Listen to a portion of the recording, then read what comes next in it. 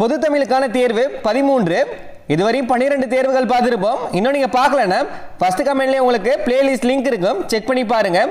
இன்னும் நீங்கள் Telegram WhatsApp குரூப்பில் ஜாயின் பண்ணலாம், ஜாயின் பண்ணிக்கோங்க. அதுக்கான லிங்க்குமே உங்களுக்கு ஃபஸ்ட்டு கமெண்ட்லேயே இருக்கும். வேர் சொல்லுக்குரிய வினையச்சம் இடம்பெறாத இணையை தேர்ந்தெடு. வா வந்து, கான் கண்ட, கொல் கொண்டு, நில் நின்று. முன்னாடி எல்லாமே வேர்ச்சொல் கொடுத்துருக்காங்க. வா, கான், கொல், நில், இது எல்லாமே வேர்ச்சொல். அதுக்கான வினையச்சம் சரியா இருக்கான்னு பாருங்க. வானா வந்து சரிதான், ஏ வந்து சரியானது. கான்னா கண்ட அப்படின்னு கொடுத்துருக்காங்க, இது தவறானது. ஏன்னு பார்த்தீங்கன்னா கான்னா கண்டு அப்படின்னு வரணும். வினைச்சொற்கள் வந்து முற்று பெறாமல் இருக்கிறது தான் வினையச்சம் அப்படின்னு சொல்லுவாங்க. இல்லை வானா வந்து, கான்னா கண்டு அப்படின்னு இருக்கணும். கொல்லுனா கொண்டு, சரியானதான். நில் நின்று. இந்த கண்ட அப்படின்றது பேரச்சம், பேரச்சம் வரும். அதனால வினையச்சம் இடம்பெறாத இணை எதுனா பி தான். வேர்ச்சொல்லை தேர்வு செய்க. வாளியர், வாளியருக்கான வேர்ச்சொல் கேட்டிருக்காங்க.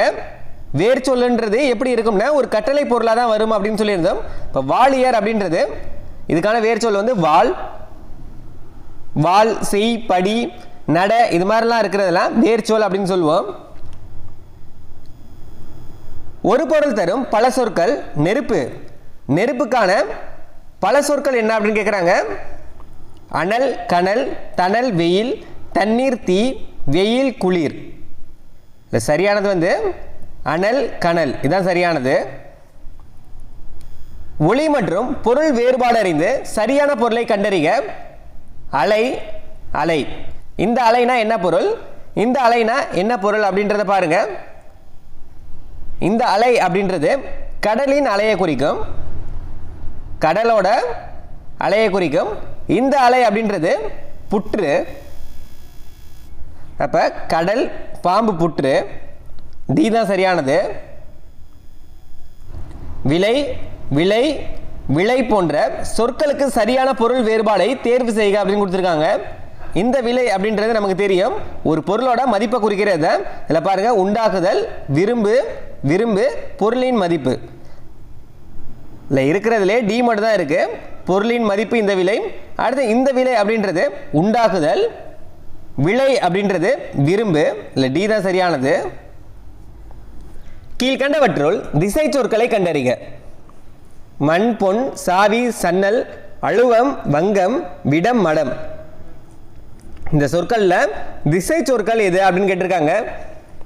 எது வரும்னு பார்த்தீங்கன்னா சாவி, சன்னல், இதுதான் வரும். இது போர்ச்சுகீசிய மொழியிலிருந்து தமிழ் கலந்த திசை சொற்கள்.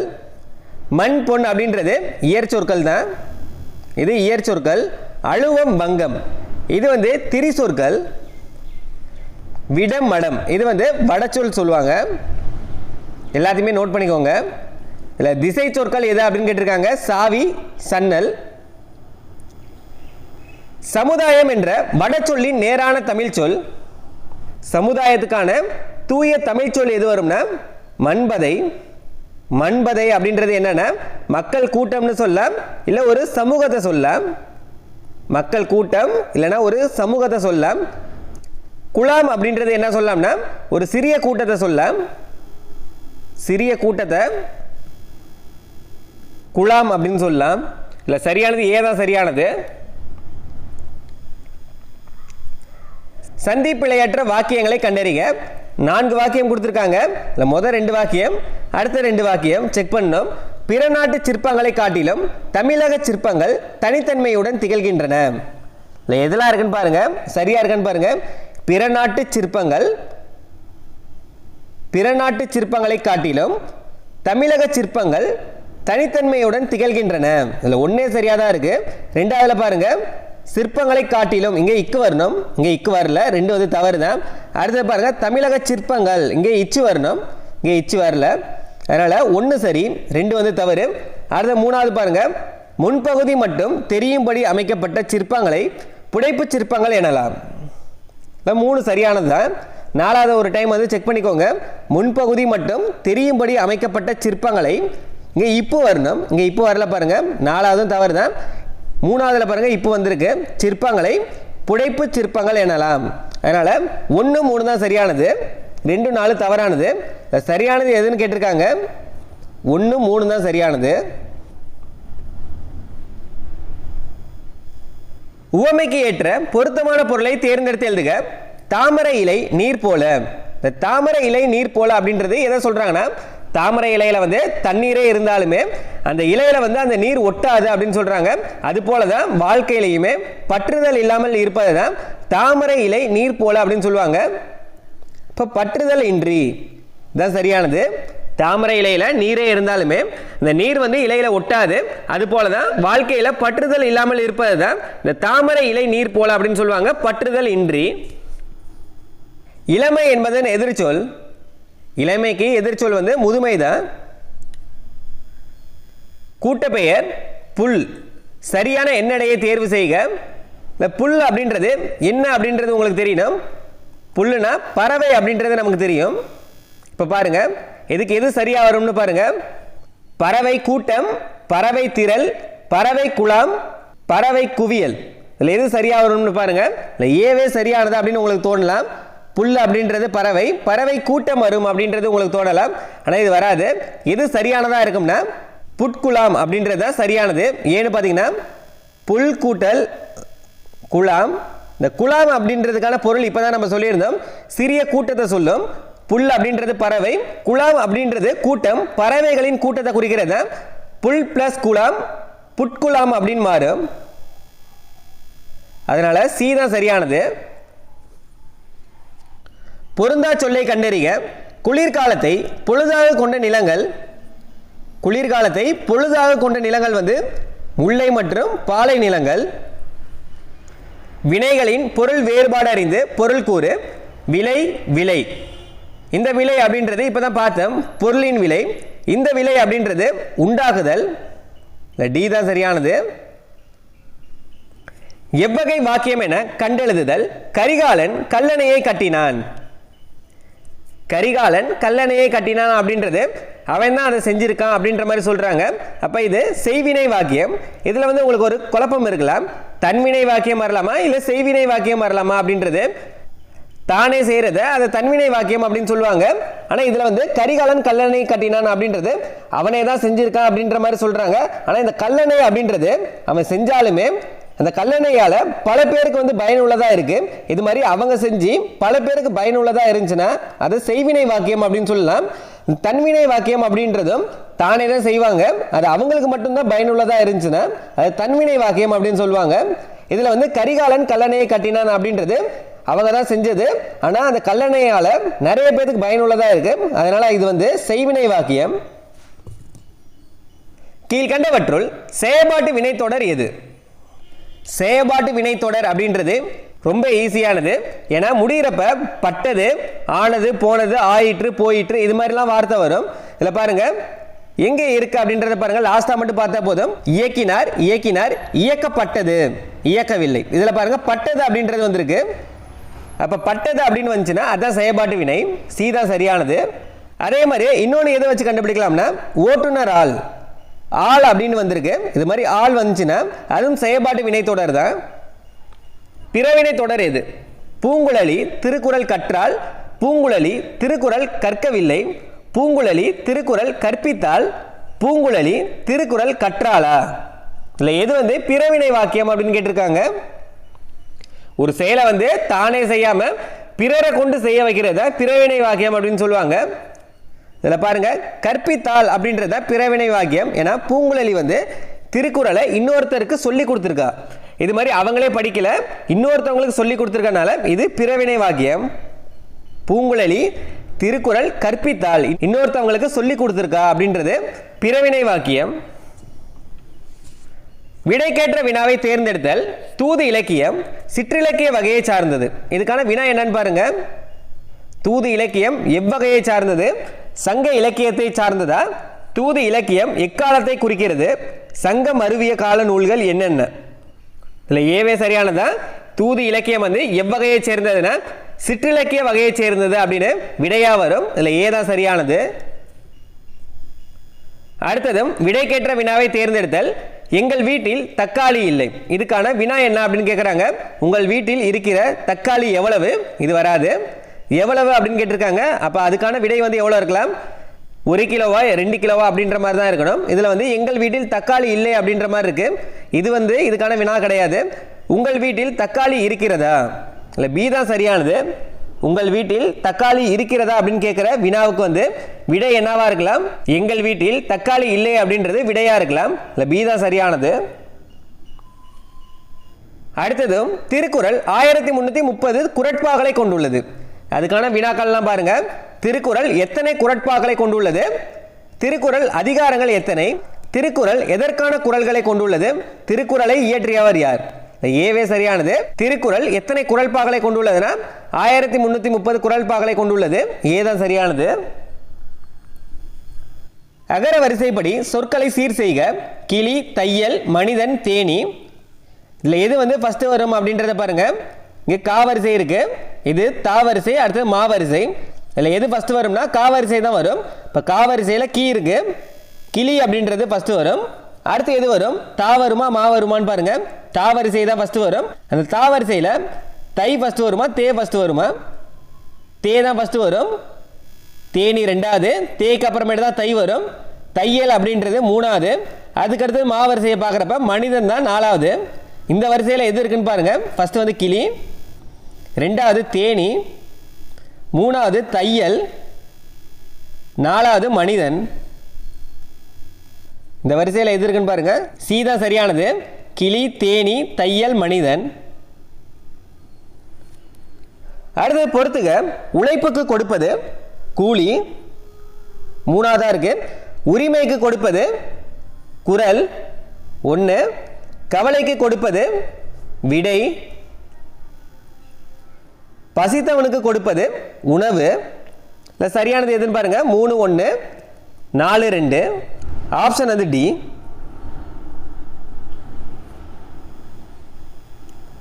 சொற்களை ஒழுங்குபடுத்துக. முறையாக பண்டமாற்று வணிகம் தொடங்கியது. சரியான வாக்கியம் எது வரும்னு பாருங்க. வணிகம் பண்டமாற்று முறையாக தொடங்கியது. பண்டமாற்று வணிகம் தொடங்கியது முறையாக. பார்த்தாலே தெரியுது பி வந்து தவறு தான். முறையாக தொடங்கியது பண்டமாற்று வணிகம், வணிகம் தொடங்கியது பண்டமாற்று முறையாக. டியும் தவறு தான். இப்போ ஏசி இது ரெண்டுல தான் ஏதாச்சும் சரியா இருக்கும். வணிகம் பண்டமாற்று முறையாக தொடங்கியது, முறையாக தொடங்கியது பண்டமாற்று வணிகம். இல்லை சியும் தவறானது. வணிகம் தான் பண்டமாற்று முறையாக தொடங்கியது. இதுதான் சரியான வாக்கியம். அடுத்தது செயற்கை நுண்ணறிவு காலத்தில் இருக்கிறோம் இப்போது நாம். இல்லை சரியா எது வரும்னு பாருங்க. இப்போது இருக்கிறோம் செயற்கை நுண்ணறிவு காலத்தில் நாம். இருக்கிறோம் செயற்கை நுண்ணறிவு காலத்தில் நாம் இப்போது. பி தவறு தான். இருக்கிறோம் நாம் இப்போது செயற்கை நுண்ணறிவு காலத்தில். நாம் இப்போது செயற்கை நுண்ணறிவு காலத்தில் இருக்கிறோம். இல்லை டி தான் சரியானது. பார்த்தாலே தெரியுது. நாம் இப்போது செயற்கை நுண்ணறிவு காலத்தில் இருக்கிறோம். இதுதான் சரியானது. பொருத்தமான காலம் அமைத்தல். மாலனை கந்தன் வீழ்த்தினான். மாலனை கந்தன் வீழ்த்தினான் அப்படின்றது இறந்த காலம் அப்படின்னு சொல்லியிருக்காங்க. இதில் ஏவே சரியானதான். வீழ்த்தினான் அப்படின்றது முன்னாடி நடந்ததை சொல்கிறாங்க. அப்போ ஏ வந்து சரியானது. அடுத்ததையும் செக் பண்ணிக்கோங்க. மாலனை கந்தன் வீழ்த்துவான். வீழ்த்துவான் அப்படின்னு நடக்க போகிறத சொல்கிறாங்க. இது நிகழ்காலம் அப்படின்னு சொல்லியிருக்காங்க. இது தவறானது. ஏன்னா இது வந்து வீழ்த்துவான் அப்படின்றது எதிர்காலத்தை குறிக்கும். அடுத்து பாருங்க. மாலனை கந்தன் வீழ்த்துகிறான். வீழ்த்துகிறான்னா இப்போ நடக்கிறத சொல்கிறாங்க. இப்போ இதுவும் தவறானதான். நிகழ்காலம் வரணும். அடுத்தது மாலனை கந்தன் வீழ்த்தி சென்றான். இது வந்து எந்த காலம் வரும் அப்படின்றத மறக்காம கமெண்ட் பண்ணுங்க. நிகழ்காலம் வராது. இதுவும் தவறு தான். சொற்களை இணைத்து புதிய சொல் உருவாக்கு. ஆடு. ஆடு வந்து கன்று வருமா, குட்டி வருமா, குளவி வருமா, குருளை வருமா? ஆடு வந்து குட்டி. பி தான் சரியானது. சொற்களை இணைத்து புதிய சொற்கள் அமைக்க. விளையாட்டு, பறவை, பாட்டு, திடல். இது நாலுத்தையுமே இணைத்து புதிய சொல் வந்து கேட்டிருக்காங்க. பறவை பாட்டு, பாட்டு விளையாட்டு, விளையாட்டு திடல். இதுலேயே பாருங்க. பறவை பாட்டு, பாட்டு விளையாட்டு, விளையாட்டு திடல், பறவை விளையாட்டு. இந்த நாலு இதில் விளையாட்டு திடல் அப்படின்றதா சரியா நமக்கு இருக்கு. விளையாட்டு திடல். சரியான எழுத்து வழக்கினை கண்டறிக. தேங்காய் விழுந்து மண்டை உடைஞ்சது. இதுக்கு சரியான எழுத்து வழக்கு தான் கேட்டிருக்காங்க. தேங்காய் அப்படின்னு கொடுத்துருக்காங்க. தேங்காய் வராது. தேங்காய் அப்படின்னு வரணும். தேங்காய். விழுந்து, விழுந்து சரிதான். மண்டை அப்படின்னு இருக்கு, மண்டை வராது, மண்டை அப்படின்னு வரணும். உடைஞ்சது அப்படின்னு இருக்கு, உடைந்தது. இந்த வாக்கியம் எங்க இருக்குன்னு பாருங்க. தேங்காய் விழுந்து மண்டை உடைந்தது அப்படின்றத சரியான வாக்கியமா இருக்கும். ஏல என்ன சொல்லியிருக்காங்கன்னு பாருங்க. தேங்காய் விழுந்து மண்டை உடைந்தது. தேங்காய் அப்படின்றது பார்த்தாலே தெரியுது ஏவே தவறுது. அடுத்தது தேங்காய் விழுந்து மண்டை உடைந்தது. இதில் மண்டை அப்படின்னு கொடுத்துருக்காங்க, மண்டை அப்படின்னு வரணும். பியும் தவறுதான். தேங்காய் விழுந்து மண்டை உடைந்தது, சி தான் சரியானது. பேச்சு தமிழில் அமைந்த தொடரை தேர்ந்தெடு. அவருக்கு நல்லது கெட்டது நல்லா தெரியும். புத்தக கண்காட்சி நடைபெறுகிறது. வறட்சி அனைத்து இடங்களையும் பாதித்துள்ளது. மயில்கள் விரலியரை போல் ஆடுகின்றன. இல்லை எது வந்து பேச்சு தமிழில் அமைந்த தொடர் அப்படின்னு கேட்டிருக்காங்க. பேச்சு தமிழில் அமைந்த தொடர் வந்து ஏதான். ஏன்னு பார்த்தீங்கன்னா அவருக்கு நல்லது கெட்டது நன்றாக தெரியும் அப்படின்னு வரணும். நல்லா தெரியும் அப்படின்றது நம்ம சொல்கிற மாதிரி தான் இருக்கு. இல்லை ஏதான். பின்வரும் தொடர்களில் எழுத்து வழக்கு தொடரை கண்டறிக. முயற்சி செஞ்சால் அதுக்கேற்ற பலன் வராமல் போவாது. எழுத்து வழக்கு அப்படின்னு கேட்டிருக்காங்க. இது ஒரு பேச்சு வழக்கு தான். முயற்சி செஞ்சா அப்படின்ற மாதிரி இருக்கு. இப்போ செஞ்சா அப்படின்றது ஒரு பேச்சு வழக்கில் தான் வரும், இது வராது. அடுத்து தேர்வு எழுத வேகமாக போங்க, நேரமானாலும் பதட்டமாயிரும். இல்லை பியும் வராது. தேர்வு எழுத வேகமாக போங்க அப்படின்றதெல்லாம் இல்லை பேச்சு வழக்கில் தான் வரும். இல்லை பியும் தவறானது, ஏவும் தவறானது. காலையில் எழுந்து படித்தால் ஒரு தெளிவு கிடைக்கும், சி சரியானது. இதுதான் எழுத்து வழக்கு. காலையில் எழுந்து படித்தால் ஒரு தெளிவு கிடைக்கும் அப்படின்றது ஒரு எழுத்து வழக்கு தான். அடுத்தது நீங்கள் செக் பண்ணிக்கோங்க. காலத்துக்கு ஏற்ற மாதிரி புதுசாக மொழி வடிவத்தை மாற்றணும், இது ஒரு பேச்சு வழக்கு தான். சி தான் சரியானது. தனி சொல்லையோ தனி எழுத்தையோ விளக்கி காட்டும் போது எதை பயன்படுத்தணும்னா ஒற்றை மேற்கோள் குறிய. குடந்தை என வழங்கப்படும் ஊர் பெயரை கண்டறிக. குடந்தை என்பது வந்து கும்பகோணத்தை சொல்லுவாங்க. ஊர் பெயர்களின் மறுவை எழுதுக. சரியான இணை எது அப்படின்னு கேட்டிருக்காங்க. பாருங்க, திருச்சிராப்பள்ளி, திருச்சி, ஏவே சரியானது தான். அப்படி பார்த்தா மீதி இருக்க மூணுமே தவறாக தான் இருக்கும். புதுக்கோட்டை, புதுவை அப்படின்னு கொடுத்துருக்காங்க. இல்லை பி வந்து தவறானது. ஏன்னா புதுக்கோட்டை வந்து புதுகை வரணும். நம்ம ஈஸியாக நம்ம சொல்லியிருந்தோம். இந்த புதுக்கோட்டை அப்படின்றதுல காவரிசை இருக்கு. அப்போ புதுகை அப்படின்றப்ப காவரிசை தான் வரணும் அப்படின்னு சொல்லியிருந்தோம். ஏன்னா புதுகை, புதுவை இது ரெண்டுத்துக்குமே உங்களுக்கு சந்தேகமாக இருக்கும். புதுக்கோட்டைனா புதுகை அப்படின்றது வரணும். இல்லை புதுவை அப்படின்னு கொடுத்துருக்காங்க. புதுவை வந்து எதுக்கானதுன்னா புதுச்சேரிக்கானது. மயிலாப்பூர், மயிலம் அப்படின்னு கொடுத்துருக்காங்க. மயிலாப்பூர் வந்து மயிலை அப்படின்னு வரணும், மயிலம் கிடையாது. நாகர்கோயில், நாகை அப்படின்னு கொடுத்துருக்காங்க. நாகப்பட்டினத்தை தான் நாகை அப்படின்னு சொல்லுவாங்க, நாகர்கோயில் கிடையாது. அதனால் சரியானது ஏ மட்டும்தான். இணையான தமிழ் சொல்லை கண்டறிக. எக்ஸ்பெரிமெண்ட், எக்ஸ்பெரிமெண்ட்னா பரிசோதனை. ஆங்கில சொல்லுக்கு இணையான தமிழ் சொல் கேட்டிருக்காங்க. செக், செக் அப்படின்றது காசோலை. வரையோலை அப்படின்றதுக்கான ஆங்கில சொல் என்ன அப்படின்றத கமெண்ட் பண்ணுங்க. அதே மாதிரியே பணத்தாள் அப்படின்றதுக்கான ஆங்கில சொல்ல கமெண்ட் பண்ணுங்க. பற்று அட்டை அப்படின்றது டெபிட் கார்டு.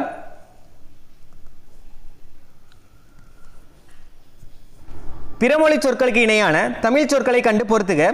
கேபினட், கேபினட்னா அமைச்சரவை. கல்ச்சுரல் பண்பாடு. ஹியூமனிசம் மனிதநேயம் ரெண்டாவதாக இருக்கு. பவுண்டரிஸ் எல்லை. சரியானது பாருங்க 4 3 2 1 ஏ தான் சரியானது. உடன்பட்டு கூறும் விடை என்பதை கீழ்கண்டவற்றுள் எந்த விடையை கூறலாம்? உடன்பட்டு கூறும் விடை என்பதை கீழ்கண்டவற்றுள் எந்த விடையை கூறலாம்?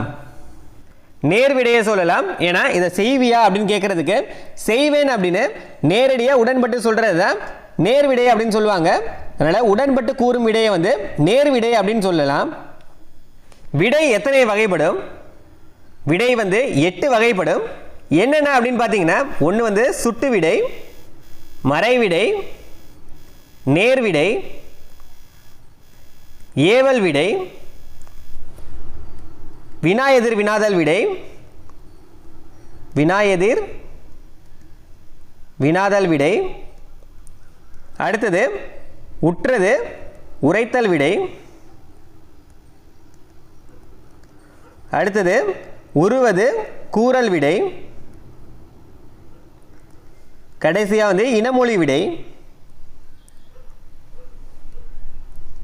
இந்த 8ம் தான் சுட்டு விடை, மறைவிடை, நேரு விடை, ஏவல் விடை, வினா எதிர் வினாதல் விடை, உற்றது உரைத்தல் விடை, உருவது கூறல் விடை, இனமொழி விடை.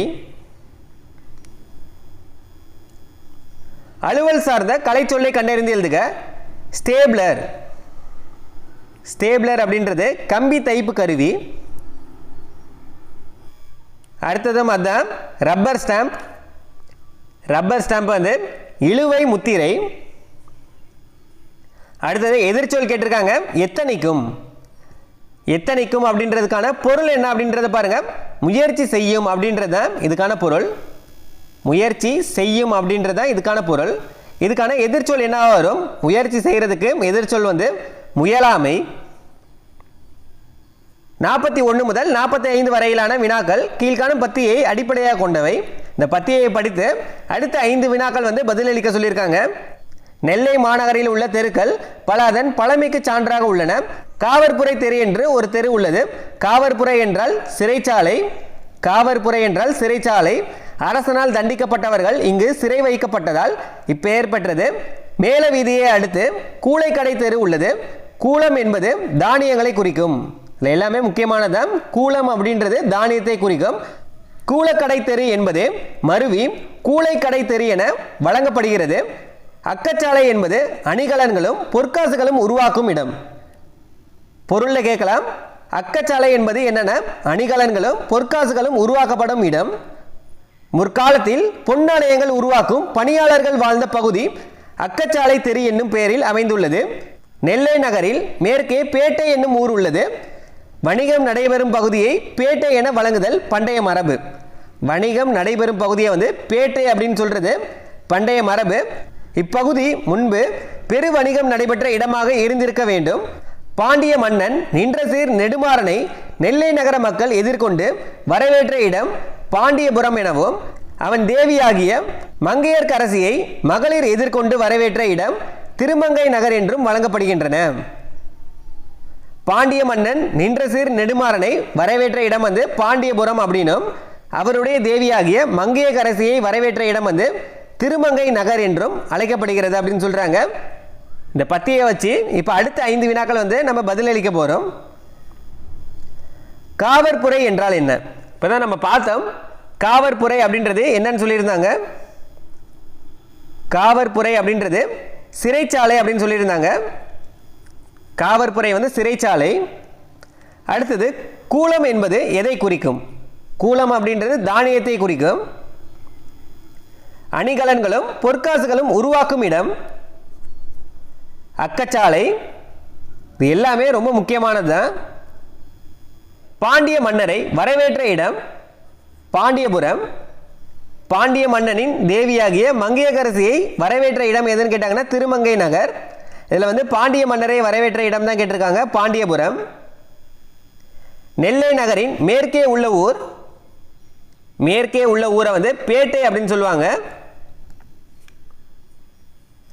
ஒருமை பன்மை பிழையற்ற தொடர் எது? நான் வாங்கிய நூல் இது அல்ல. நான் வாங்கிய நூல் இது அன்று. நான் வாங்கிய நூல்கள் இது அல்ல. நான் வாங்கிய நூல்கள் இவை அன்று. இதில் பாருங்க, நூல் அப்படின்றது ஒருமை. நூல் அப்படின்றது ஒருமை. நூல்கள் அப்படின்றது பன்மை வரும். இப்போ முதல் 2 வாக்கியத்தில் எது சரியா இருக்குன்னு பாருங்க. நான் வாங்கிய நூல் இது அல்ல அப்படின்றாங்க. நூல் அப்படின்றது ஒருமை. ஆனால் அல்ல அப்படின்றது ஒருமையா அப்படின்றத பாருங்க. அல்ல அப்படின்றது பன்மையை குறிக்கும். இதில் நூல் அப்படின்றது ஒருமை, அல்ல அப்படின்றது பன்மையை குறிக்கும், நிறைய இருக்கிறத சொல்லும். அப்போ ஏ வந்து தவறானது. அடுத்தது பாருங்க, நான் வாங்கிய நூல், நூல் அப்படின்றது ஒருமை தான். இது அன்று அப்படின்றது, அன்று அப்படின்றது அக்ரிணை உரிமையை தான் குறிக்கும். அப்போ பி தான் சரியானது, அன்று தான் சரியானது. அல்ல அப்படின்றது பன்மையை குறிக்கும். இதே மாதிரி நீங்கள் இங்கே பாருங்கள், சியில் நூல்கள் அப்படின்றது பன்மை தான். அப்போ அல்ல அப்படின்றதும் பன்மை தான். அப்போ சி சரியாக வரலாமே அப்படின்னு நீங்கள் யோசிக்கலாம். ஆனால் இதில் பாருங்கள், இது அப்படின்னு கொடுத்துருக்காங்க. இது வரக்கூடாது, இவை அப்படின்னு வரணும். பன்மையை பொறுத்த வரைக்கும் நூல்கள் இவை அல்ல அப்படின்னு சொல்லியிருந்தாங்கன்னா சி வந்து சரியாக இருக்கும். ஆனால் நான் வாங்கிய நூல்கள் இது அல்ல அப்படின்னு ஒருமையாக சொல்லியிருக்காங்க. அதனால் சியும் தவறானதான்.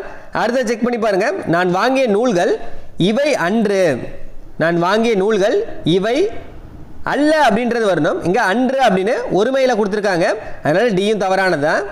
நீங்கள் சரியாக புரிஞ்சுக்கணும்னா நூல் அப்படின்றது ஒன்று சொல்கிறாங்க ஒருமை, இந்த நூல் வந்து அதே மாதிரியே இது அப்படின்றது ஒருமையில் தான் வரும்.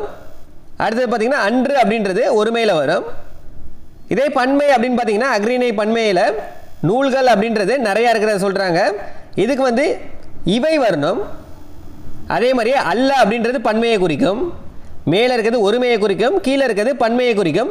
இந்த வரிசையில் இருந்தால் தான் உங்களுக்கு சரியாக இருக்கும், இல்லைனா இந்த வரிசையில் இருக்கணும். இந்த பி வந்து இந்த வரிசையில் இருக்கு பாருங்க, நான் வாங்கிய நூல் அப்படின்றது ஒருமை தான், இது வந்திருக்கு, அன்று வந்திருக்கு, அப்போ பி தான் சரியானது. ஒருமை பன்மை பிழையற்ற வாக்கியத்தை கண்டறிக. பகைவர் நீவீர் அல்லர், பகைவர் நீவீர் அல்லீர், பகைவர் நீவீர் அல்லோம், பகைவர் நீவீர் அல்ல. இதில் பகைவர் அப்படின்றது ஒருமையா பன்மையா அப்படின்னு பாருங்க. பகைவர் அப்படின்றது முன்னிலை பன்மையை குறிக்கும், எல்லாத்துலேயுமே பகைவர் அப்படின்னு தான் கொடுத்துருக்காங்க, அப்போ பன்மை தான். இதில் நீவீர் அப்படின்னு கொடுத்துருக்காங்க, இந்த நீவீர் அப்படின்றது ஒரு முன்னிலை பன்மை. இந்த முன்னிலை பன்மையை தொடர்ந்து ஈர் அப்படின்னு வந்திருக்கு பாருங்க, முன்னிலை பன்மையை தொடர்ந்து நீவீர் இல்லை ஈர் அப்படின்ற விகுதி வந்துருந்துச்சுன்னா இதுக்கு என்னவா இருக்கும்னா அல்லீர் அப்படின்றது சரியானதாக இருக்கும்.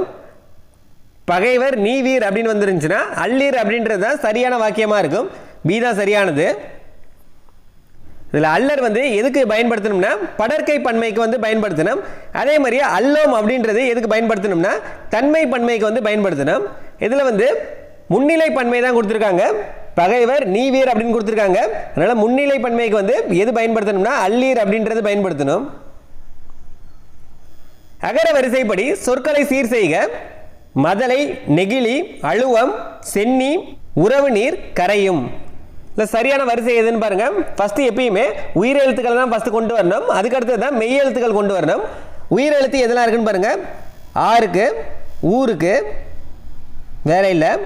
ஃபஸ்ட்டு ஆ ஊ, இது ரெண்டில் எது ஃபஸ்ட்டு வரும்? அழுவம் அப்படின்றது ஆ வரிசை தான் ஃபஸ்ட்டு வரும். அதுக்கு அடுத்தது உறவு நீர் அப்படின்றது வந்துடும் ரெண்டாவதா. அதுக்கு அடுத்தது பாருங்க மா இருக்கு, நா வரிசை இருக்கு, சா வரிசை இருக்கு, கா வரிசை இருக்கு. இதில் எது ஃபஸ்ட்டு வரும்? கா வரிசை தான் ஃபஸ்ட்டு வரும். கரையும் அப்படின்றது அடுத்தது மூணாவது. காக்கு அப்புறமேட்டு சா இருக்கு, சா வரிசையில் சே வரும். சென்னி அப்படின்றது நாலாவது.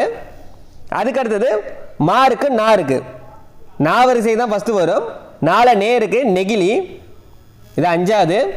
நேக்கு அப்புறமேட்டு தான் மா வரும், மதலை ஆறாவது. நா வரிசைக்கு அப்புறமேட்டு தான் மா வரிசை வரும், அதனால தான் மதலை வந்து லாஸ்ட்டாக எடுத்திருக்கோம். இப்போ வரிசையாக பாருங்கள், ஃபஸ்ட்டு எது வரும்? அழுவம். ரெண்டாவது உறவு நீர், எந்த வரிசையில் இருக்குன்னு பாருங்கள். ஃபஸ்ட்டு வந்து அழுவம் இருக்குது, அடுத்து உறவு நீர் பியில் இருக்குது. இதே மாதிரி வேறு எங்கே இருக்குன்னு பாருங்கள், சி வந்து தவறு தான், ஏன்னா அழுவம் வந்து கொடுக்கல.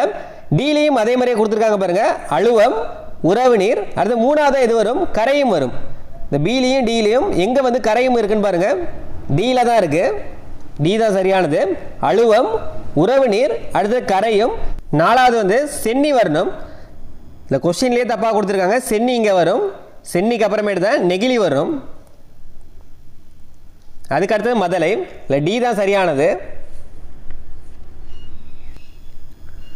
கெடுதல் என்ற தொழிற்பெயர் எவ்வாறு திரியும்? கெடுதல் அப்படின்ற தொழிற்பெயர் வந்து எவ்வாறு திரியும் அப்படின்னு கேட்டிருக்காங்க. கெடுதல் வந்து கெடு அப்படின்னு தெரியும், அடுத்து கேடு, கெடு கேடு அப்படின்னு தெரியும். தவறான உவமை இணையை தேர்ந்தெடுக்க. பசு மரத்தாணி போல எளிதில் மனதில் பதிதல், மடை திறந்த வெள்ளம் போல தடையின்றி, கீரியும் பாம்பும் போல ஒற்றுமை, விழலுக்கு இறைத்த நீர் போல பயனற்ற செயல். எது வந்து தவறான இணை அப்படின்னு கேட்டிருக்காங்க. பசு மரத்தாணி போல எளிதில் மனதில் பதிதல் சரியானது.